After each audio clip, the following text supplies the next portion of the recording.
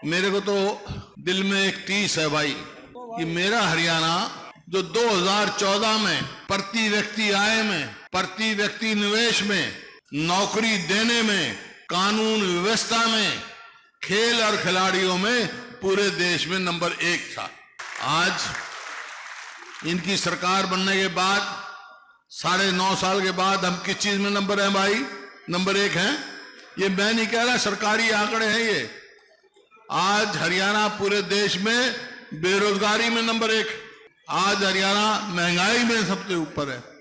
आज हरियाणा अपराध में तो यहां तक पहुंच गया, एक सोशल प्रोग्रेसिव इंडेक्स होता है, सरकारी आंकड़े इकट्ठे करवाते हैं, उसमें कहा गया है कि हरियाणा पूरे देश में सबसे ज्यादा असुरक्षित प्रदेश है। हमारी बहन बेटियों की इज्जत नहीं। खेल खिलाड़ियों को देख लिया, हमारी बेटियों को किस तरह, पहलवान बेटियों को जंतर मंतर में घसीटा गया।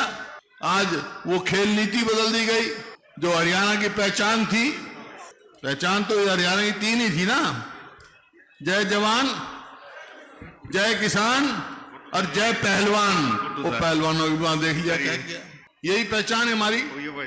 तो ये आज उस बात की मेरे को टीस है कि हम कहां से कहां पहुंच गए।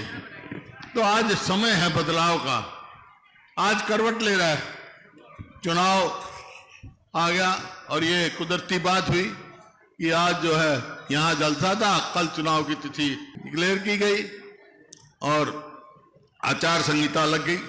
आपसे आए हम सरकार को बदलो। हरियाणा में सरकार कैसे बदलेगी? पहले पार्लियामेंट में कांग्रेस जिताओ, फिर हरियाणा में जिताओगे, जब भी तो बदलेगी सरकार।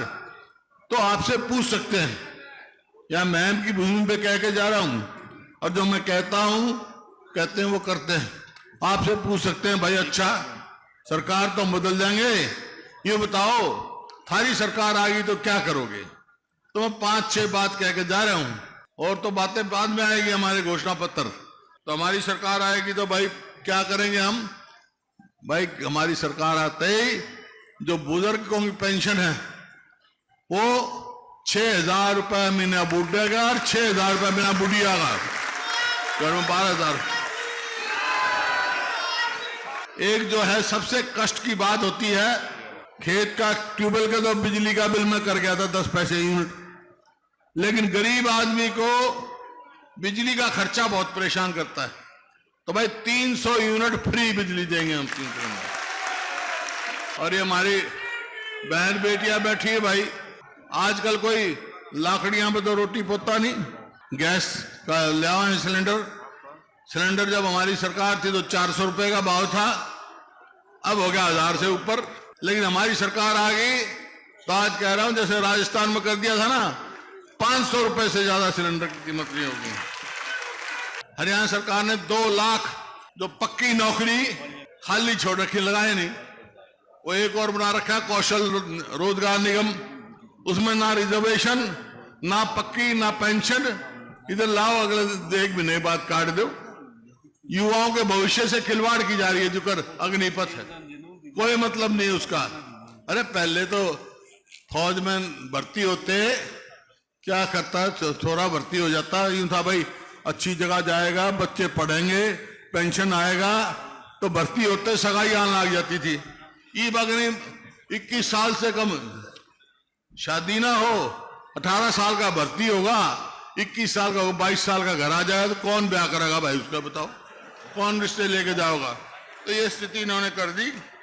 और भाई जो बैकवर्ड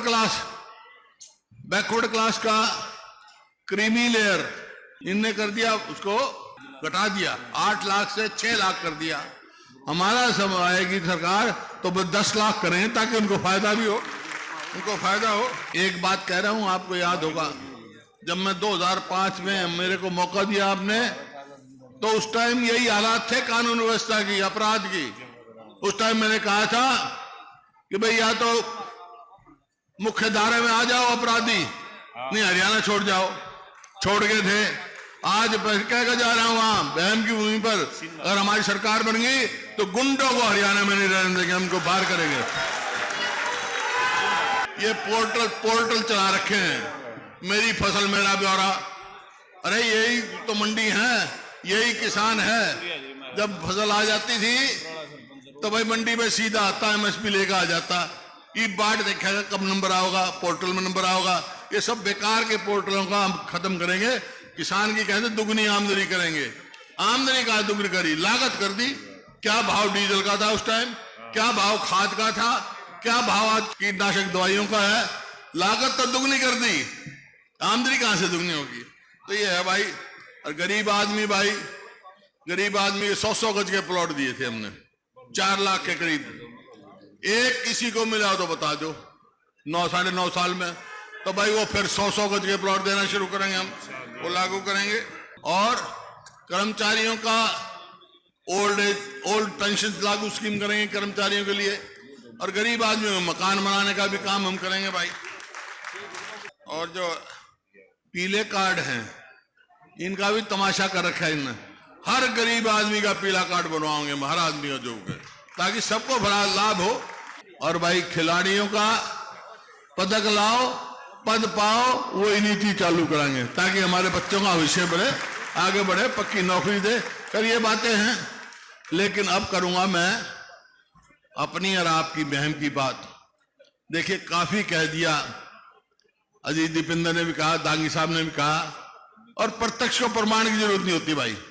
आज जो मैं यहां खड़ा हूं, मैं सांसद भी रहा, आपकी सेवा का मौका भी मिला। अगर मैं इस स्थिति में पहुंचा हूं तो मैं कोई नहीं संकोच कह सकता हूं, उसमें महम का सबसे बड़ा हाथ है भाई। कैसे है? 91 का चुनाव आया तो इस वास्ते मैं कह रहा हूं, उसमें सबसे बड़ी जीत महम हल्के ने दिवाई थी मेरी। और वही कारण जीत का बना था भाई, वही कारण जीत का बन गया। तो आज फिर वही मौका आ रहा है। आप में शक्ति है, बदलाव की शक्ति आप में, वही समय आया है। अगर आप चाहते हो कि आपका भविष्य हो, उज्जवल हो, आगे जाए, तो भाई एक बात कह के जा रहा हूं मैं, ये चुनाव आएगा पहले पार्लियामेंट का, बाद में असेंबली का आएगा। असेंबली में जब बात बनेगी जब पार्लियामेंट में जीत जाओगे, समझे नहीं, अपनी सरकार बनानी। तो एक बात कह के जा रहा हूं मैं अभी कि महम की इज्जत जब रहेगी जब कलोई से भी ज्यादा वोटों से जिताओगे आप दीपेंद्र को। ये थी ना बात। एक बात सुनो, पिछली बार 19 के चुनाव में कलोई ने मेरे को, कलोई से मैं 70,000 वोटों से जीता था, पूरे हरियाणा में सबसे ज्यादा। तो भाई इनके महम अजीत दीपेंद्र को, यहां से कांग्रेस के उम्मीदवार जो दीपेंद्र जी को कितनी वोटों से जिताओगे भाई तुम? 1 लाख से। आप जब जीतोगे हर बूथ पर हर वोट पड़े और वोट की परसेंटेज 90% आएगी तो जीतोगे आप। वोट डालनी है आपने हर बूथ पे। तो एक बात सुन लो भाई, 1 लाख से यहां जिता दियो, फिर आगे जो है असेंबली चुनाव आएंगे। एक बात मैं कह के जा रहा हूं, पार्लियामेंट में 1 लाख से जिता दियो मैम, और भाई फिर विधानसभा में जा दियो, तो हम क्या करेंगे भाई, थारी सरकार मैं बनवा दूंगा, ये बात पक्की। तुम मंजूर है टक्कर लेने तैयार हो? तो मैं भी तैयार हूं भाई। हो जा, हाथ खड़े करके बताओ तैयार हूं।